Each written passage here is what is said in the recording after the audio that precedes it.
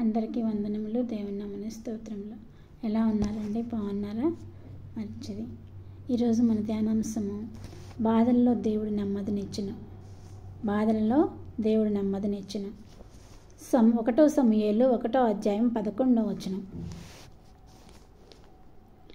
సైన్యములకు అధిపతియగు యెహోవా, నీ సేవకురాలైన నాకు కలిగి ఉన్న శ్రమను చూచి, నీ సేవకురాలైన నన్ను మరువక జ్ఞాపకం చేసుకొని, నీ సేవకురాలైన నాకు మగబిడ్డను దయచేసిన ఎడల వాని తల మీద క్షౌరము కత్తి ఎన్నటికి రానియక వాడు బ్రతుకు దినములన్నింటిను నేను అన్ని యెహోవానగు నీకు అప్పగింతునని మొక్కుబడి చేసుకొనును. ఆమె యెహోవా సన్నిధిని ప్రార్థన చేయుచుండగా ఏలీ ఆమె నోరు కనిపెట్టుచుండెను. ఎవరిక్కడ యెహోవా సన్నిధిలో మొరపెట్టుచున్నది? హన్నా అండి. హన్నా అనే ఆమెకి పిల్లలు లేక ఎంతో బాధపడుచు ఉన్నది. గర్భం కోసం ఎంతో బాధపడుతుంది. ఎన్నో అవమానాలు పొందింది. ఈ లోకంలో పిల్లలు లేని వారిని ఎన్నో అవమానాలతో బాధిస్తూ ఉంటారు. అలాంటి అవమానాలన్నీ కూడా భరించి ఆ బాధ తట్టుకోలేక దేవుని సన్నిధికి వచ్చి ప్రార్థిస్తుంది. నా మొర ఆలకించి నాకు ఒక మగబిడ్డనిచ్చినట్లయితే వాడికి క్షౌరం చేయకుండా యెహోవా నేను నీకు మొక్కుబడి చేసుకుందును అని ఆమె చెప్పింది. అతని జీవితకాలం అంతా నీ సేవ చేసుకునేలాగా బిడ్డను నేను ప్రతిష్ఠిస్తాను అని ఆమె మొక్కుబడి చేసుకుంది. అప్పుడు దేవుడు ఆమె బాధను అర్థం చేసుకున్న దేవుడు ఆమె బాధను నిర్మూలన చేశాడండి.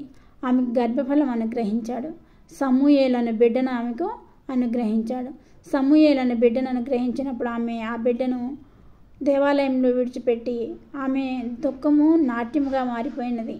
ఆమెకు ఎంతో బాధలు, ఎంతో హీనంగా చూసేవాళ్ళు. ఆడబిడ్డలు, భర్త, అందరూ బంధువులు అందరూ కూడా ఎంతో హీనంగా చూసేవాళ్ళు.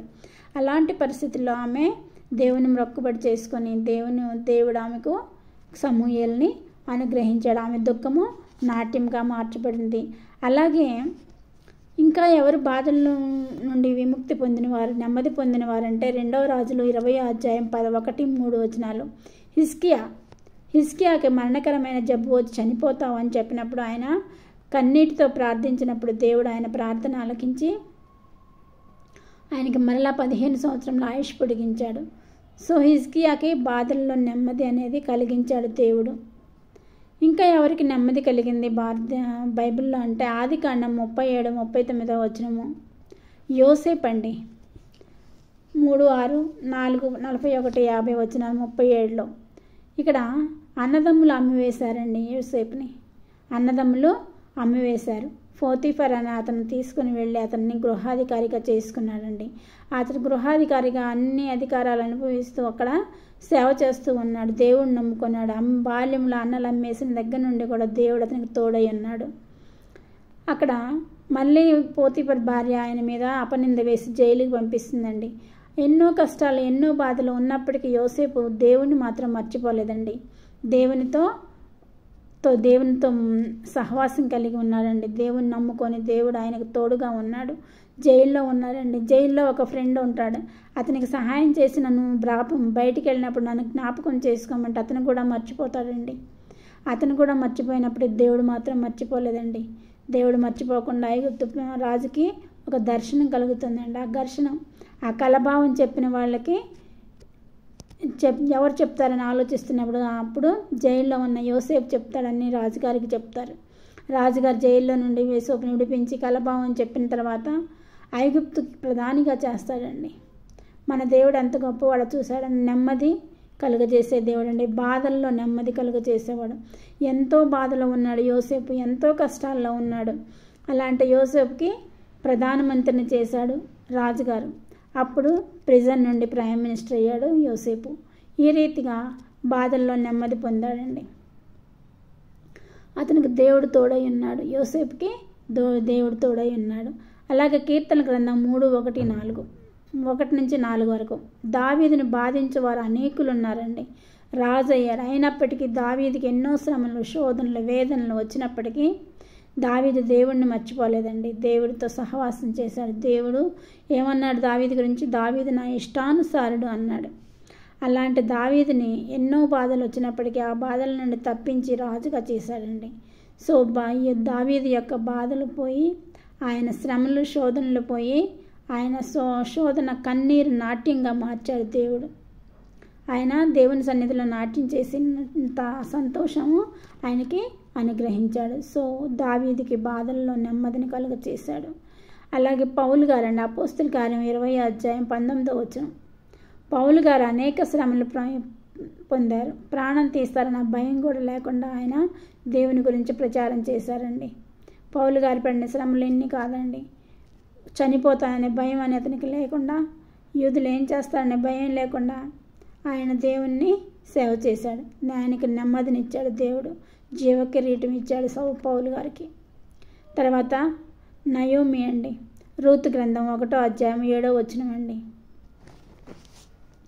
రూతు గ్రంథము 1:7 నయోమి బెత్లెహేం నుంచి వేరే దేశం వెళ్తుందండి. అక్కడ మోయాబు దేశం వెళ్ళినప్పుడు, మోయాబు దేశంలో కొన్ని రోజులు గడిచిన తర్వాత వాళ్ళ భర్త చనిపోతాడు. ఆమెకి 2 కుమారులు ఉంటారు. వాళ్ళకి పెళ్ళిళ్ళు చేస్తుంది. కానీ కుమారులు 2 చనిపోతారు. ఇంకా భర్త చనిపోయాడు, కుమారులు చనిపోయారు, ఇంకేమీ లేదు మిగిలి ఆమెకి. సో ఆమె ఏం చేసిందంటే ఇంకా ఈ మోయాబు దేశం నుంచి బెత్లెహేంకి రావాలి అనుకుంటుంది. బెత్లెహేం అనగా రొట్టెల దేశము, రొట్టెల గృహము అని అర్థం అండి. సో మరలా గృహం మంచికి దేశమైన బెత్లెహేంకి తిరిగి రావాలని అనుకుని బయలుదేరిందండి. దేవుని బయలుదేరి వచ్చింది. బయలుదేరి వస్తూ ఉన్నప్పుడు కోడళ్ళు 2 ఓర్పాయిన రూతు అనే 2 కోడళ్ళు ఆమెకున్నారు. వాళ్ళిద్దరు ఆమెతో బయలుదేరుతారు. ఆమెతో బయలుదేరినప్పుడు, అమ్మ నేను ముసలిదాన్ని, ఇప్పుడు మీకు కుమారులు కానీ ఇవ్వలేను, ఒకవేళ కానీ ఇచ్చినాను మీరు వాళ్ళు చిన్నవాళ్ళు అవుతారు, కాబట్టి మీరు మీ దేశంలో ఉండి వివాహం చేసుకొని మీరు సంతోషంగా ఉండండి, నాతో రావద్దు మీరు అని చెప్పి అంటుంది. అయితే ఓర్పా వెళ్ళిపోతుంది. రూతు మాత్రం, అత్తయ్య నేను నీతోనే వస్తాను, నీ దేవుడే నా దేవుడు, నీ జనమే నా జనము, నీ దేశమే నా దేశము అని చెప్పి రూతు అత్తగారితో బయలుదేరుతుందండి. సో రూతు నయోమి ఇద్దరు బెత్లెహేంకి వస్తారు. వాళ్ళ దగ్గర ఏమీ లేదు, రిక్త హస్తాలతో వస్తారు. తినటానికి తిండి కూడా లేదు. అప్పుడు